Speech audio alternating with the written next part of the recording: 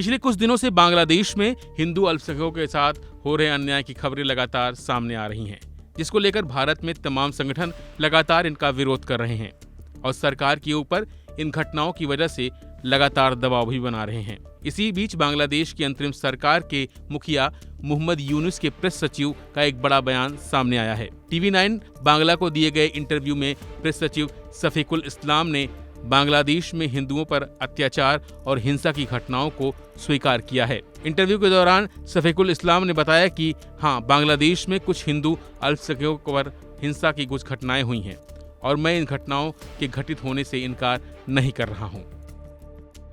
हिंसा की कई घटनाएं राजनीति से प्रेरित थीं। यहाँ के बहुत से हिंदू भाई आवामी लीग को पसंद करते हैं और उनका समर्थन भी करते हैं। हिंदू समुदाय से आने वाले कई नेताओं ने बहुत से अलग अलग पदों पर काम भी किया है। उन्होंने कहा कि हम कई तरीकों से उनके खिलाफ होने वाली घटनाओं का मुकाबला करने की कोशिश कर रहे हैं। अल्पसंख्यक लोगों की सुरक्षा के लिए हम कई फैसले ले रहे हैं। देश में करीब 1.5 करोड़ के आसपास हिंदू समुदाय से जुड़े लोग रहते हैं। हम सब भी उन्हीं के साथ वहाँ रहते हैं। प्रेस सचिव शफीकुल ने इस्कॉन को लेकर भी बांग्लादेश सरकार का स्टैंड साफ किया है। उन्होंने कहा है कि बांग्लादेश में इस्कॉन पर बैन नहीं लगाया जाएगा।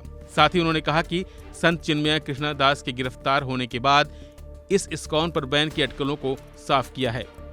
अल्पसंख्यक लोगों की सुरक्षा के लिए हम कई फैसले ले रहे हैं। देश में करीब 1.5 करोड़ के आसपास हिंदू समुदाय से जुड़े लोग रहते हैं।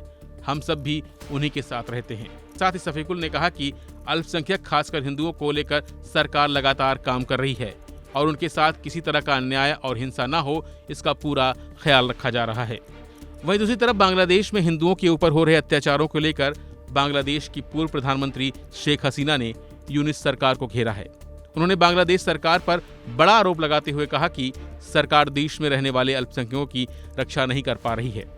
सरकार बांग्लादेश में रहने वाले हिंदू और अल्पसंख्यकों की सुरक्षा करने में फेल हो चुकी है। न्यूयॉर्क के एक कार्यक्रम के दौरान उन्होंने कहा कि यूनुस नरसंहार के मास्टरमाइंड हैं। वो वर्चुअल माध्यम के जरिए इस कार्यक्रम में जुड़ी थीं।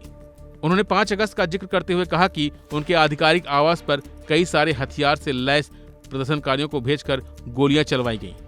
करीब आधे घंटे तक वहां गोलियां चलाई जाती रहीं। ऐसे में कई लोगों की जानें जा सकती थीं। वैसे बांग्लादेश में शेख हसीना के बाद बनी मोहम्मद यूनुस की अंतरिम सरकार में हिंदुओं के खिलाफ हिंसा के मामले बढ़े हैं। हाल ही में इस्कॉन के चिन्मय कृष्णदास को गिरफ्तार कर लिया गया। इसको लेकर अमेरिका ने भी कड़ा रुख अख्तियार किया है। व्हाइट हाउस के प्रवक्ता ने कहा कि देश की सरकार को वहां रहने वाले हिंदुओं और अल्पसंख्यक समुदाय के लोगों की सुरक्षा और सम्मान का ध्यान रखना चाहिए। फिलहाल के बस इतना ही। बाकी अपडेट के लिए बने रहिए वन इंडिया हिंदी के साथ।